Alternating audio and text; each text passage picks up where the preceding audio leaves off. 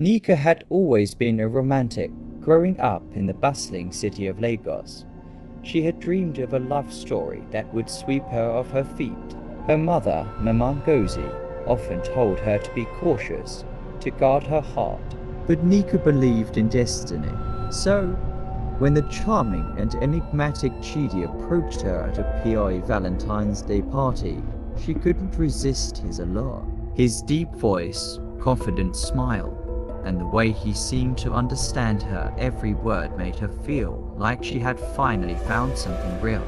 But Amika, her best friend, was less enchanted. Something about him doesn't sit right, he had warned, his brows furrowed in suspicion. Be careful, Eneni. Valentine's Day is a time when people let their guards down. Not everyone who claims to love you has good intentions. Nika had laughed it off.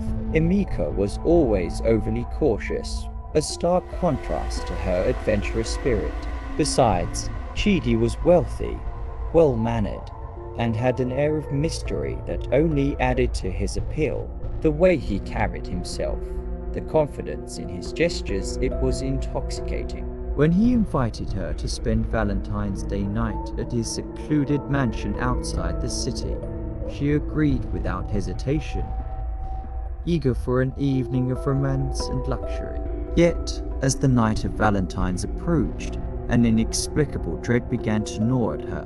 It was a whisper in the back of her mind, a warning she refused to acknowledge. The drive to Chidi's mansion was longer than she had expected. The roads twisted through thick forests, the occasional flickering street lamp casting eerie shadows. The car's headlights barely penetrated the heavy darkness of the countryside.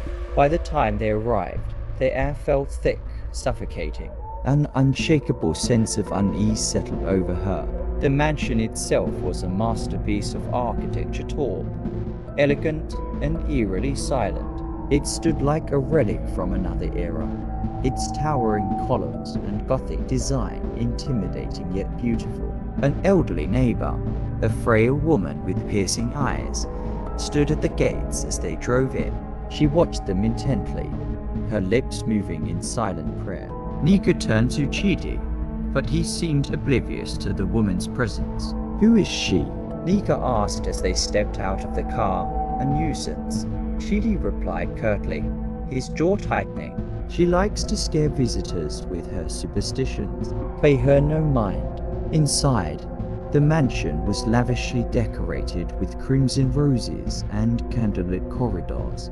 Yet, there was something unsettling about its emptiness. No maids, no staff, just silence that stretched between the ornate furniture and marble floors. Every step she took echoed through the vast hallways. Do you live here alone? She asked, trying to shake off the unease. For a long time now, Chidi responded. But tonight, I am not alone. He gave her a slow, deliberate smile that should have made her feel special.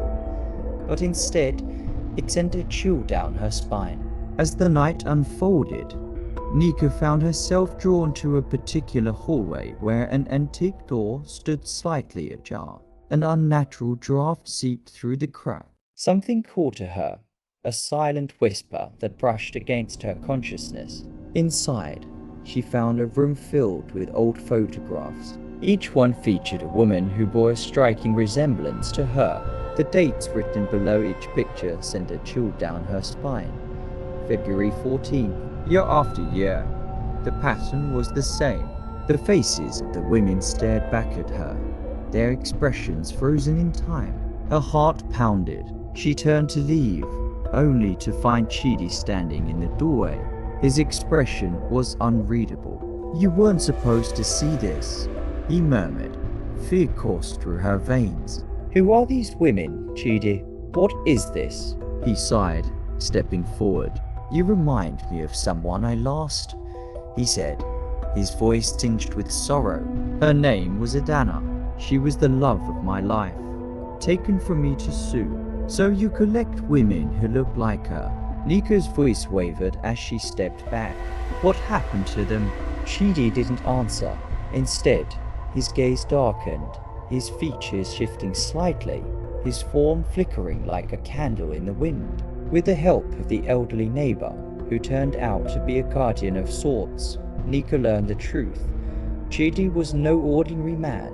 He was a spirit, cursed to relive his heartbreak every Valentine's Day by luring women who resembled Adana into his mansion, feeding on their life force to sustain his existence. "You must leave before midnight," the woman urged, pressing a small vial into Nika's hand. "This will weaken him, but it won't kill him.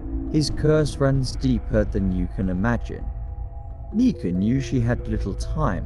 The walls of the mansion seemed to pulse as though alive, the very air thickening with supernatural energy. She had to act fast. Chidi appeared before her, his form now flickering between man and shadow. "I never wanted to hurt you, Nika, but you belong to me now." "No," she whispered, throwing the vial at his feet. A blinding light erupted, sending Chidi reeling back in agony. The mansion trembled, and the walls cracked as if the very foundation of his existence was crumbling.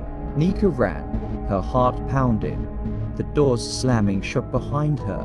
She barely made it past the gates before the mansion disappeared into the night, swallowed by darkness. Days turned into weeks, yet Nika could not escape the feeling that something was watching her. Mirrors became her enemy. At first, it was a flicker in her peripheral vision, a fleeting shadow. Then, whispers in the dead of night, calling her name. She confided in Amika, who insisted she see a spiritualist. "You think you left him behind," Amika said gravely. "But what if he left something in you?" Nika hesitated, but eventually agreed. The visit to the spiritualist opened doors she never wanted to enter. The bond was formed, the old woman said, tracing symbols in the air. "He is a shadow in your soul now. Unless severed, he will return for you." As Valentine's Day approached again, Nika grew desperate. One night, she looked into her mirror and saw not her own reflection, but Chidi's smirking face staring back at her. "You never left, Nika," he whispered. "You thought you escaped me. No one ever does," she screamed as darkness engulfed her. When she awoke, her reflection was gone. Instead, her face now mirrored the ghostly image of Adana. In the distance, Amika searched desperately for his friend, only to find an old photograph in his inbox. A picture of Nika, dated February 14th. The cycle had not ended. It had only begun anew.